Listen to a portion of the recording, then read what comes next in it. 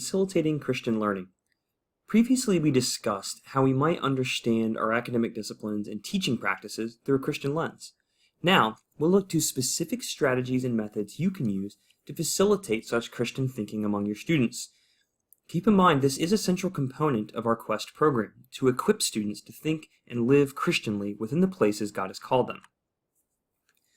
Let's start by helping students think Christianly within their academic discipline.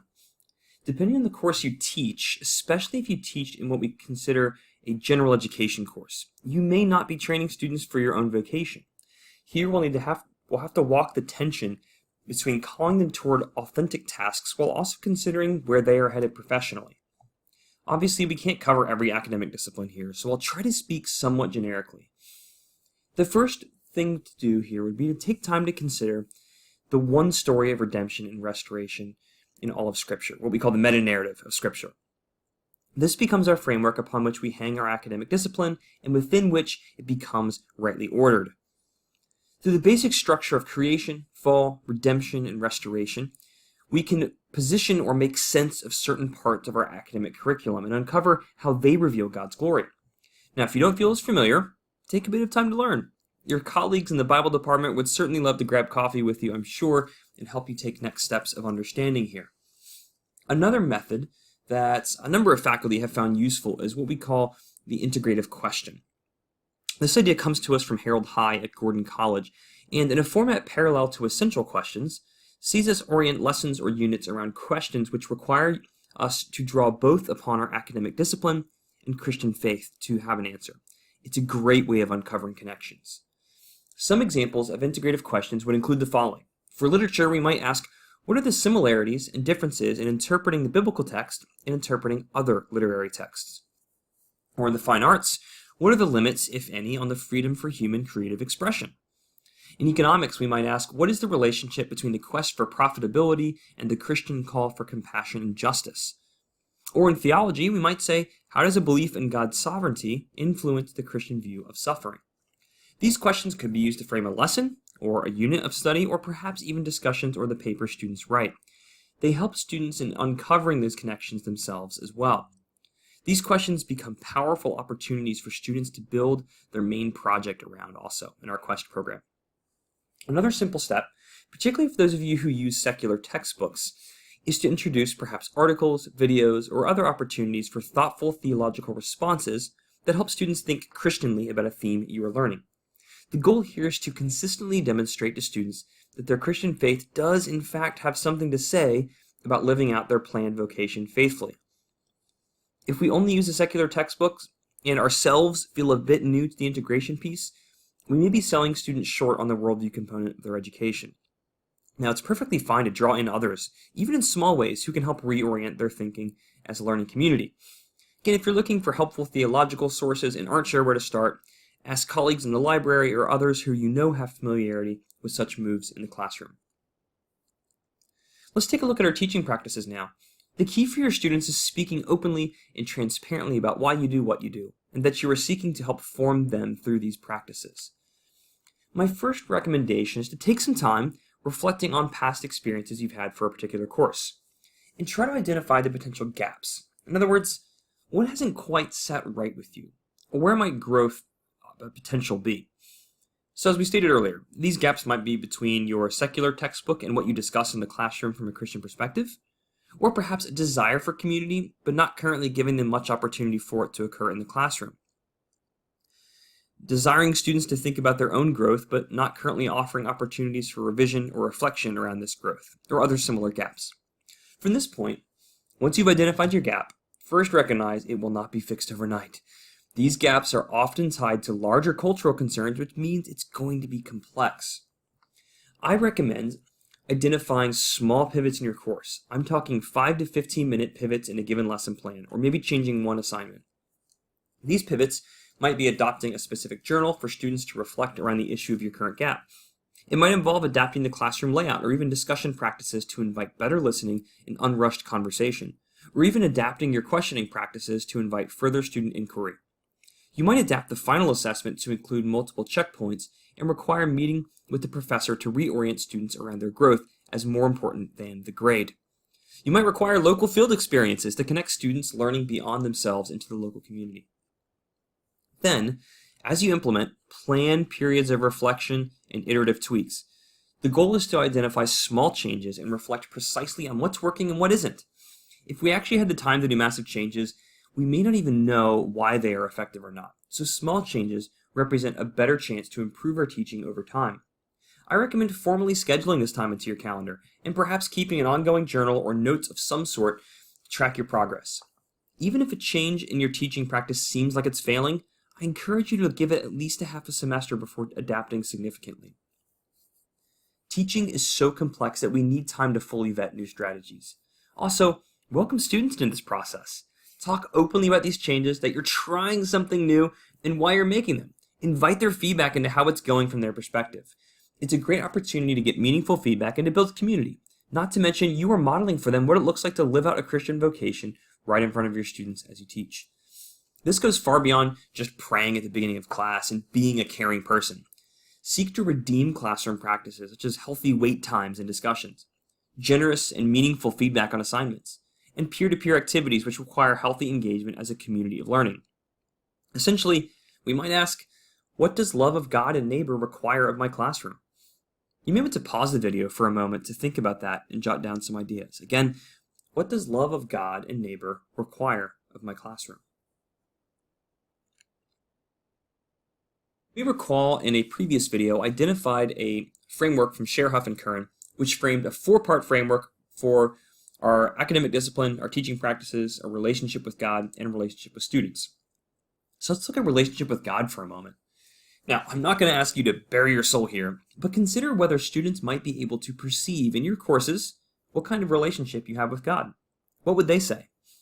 Again, I only recommend making small changes and reflecting carefully about how things are going over an extended period of time. So an easy first step here might just be to open class with prayer.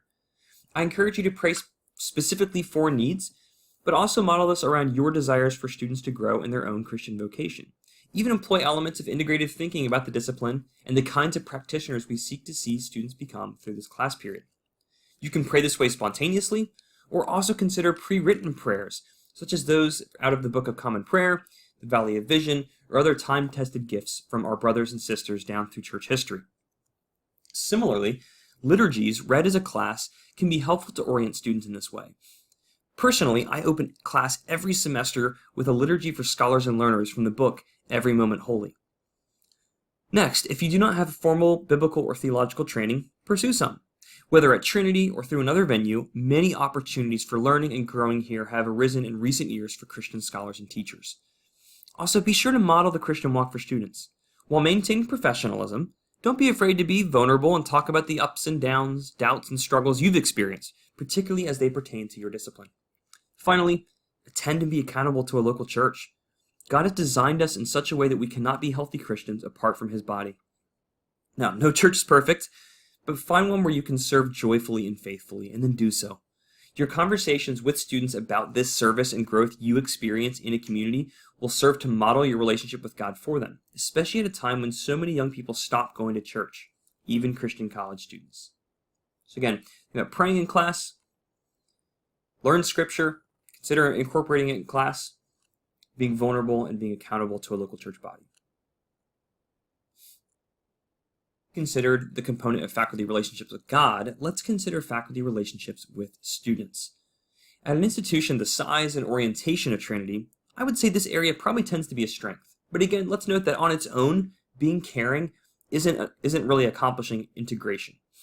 Among students interviewed in Scher, Huff, and Curran's study, faculty who were committed to developing relationships with students represented a powerful theme among classrooms demonstrating effective faith learning integration.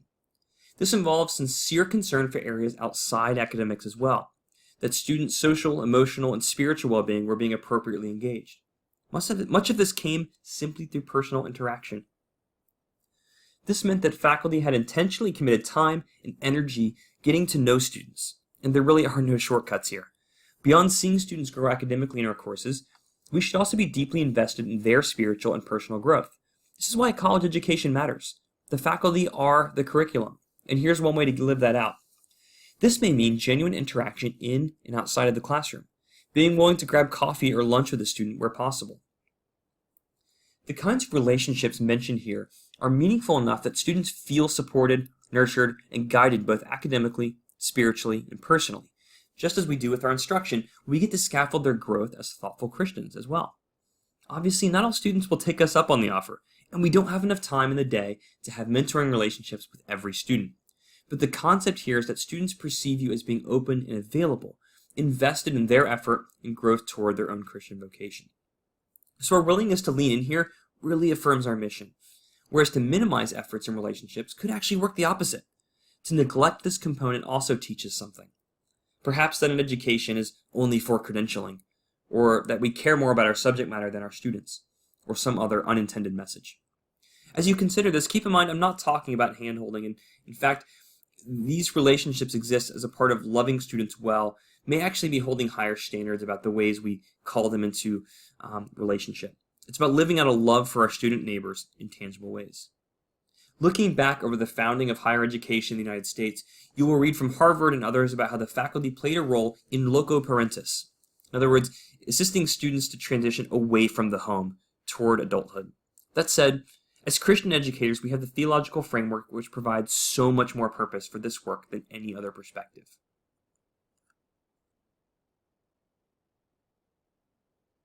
Next steps or how-to of building relationships is likely relatively intuitive. I'll strive to provide a few suggestions that might represent those small changes we've discussed prior in this video. This first one is just to pray specifically for students by name, following up with them throughout the semester on prayer requests they share. This may mean praying at the start of class, as we mentioned previously, but also as students mention it, be willing just to stop and pray in the moment for that specific situation, especially if the conversation is out of class and the opportunity to do so is feasible. Next, something many of us do already, either in the online or face-to-face classroom, is offer office hours. This may be optional or required based on the design and flow of your course, and it provides a wonderful opportunity for relationship building. Personally, I love to use some of that office hour time as I meet with students to pray for them. Depending on your location, you may also have the ability to grab a cup of coffee or lunch. Breaking bread together holds deep meaning from our Christian tradition and is a great opportunity where students would like to dig a bit deeper on a course concept they struggle with, maybe just to share questions about their own growth or even confide doubts about their Christian walk and faith.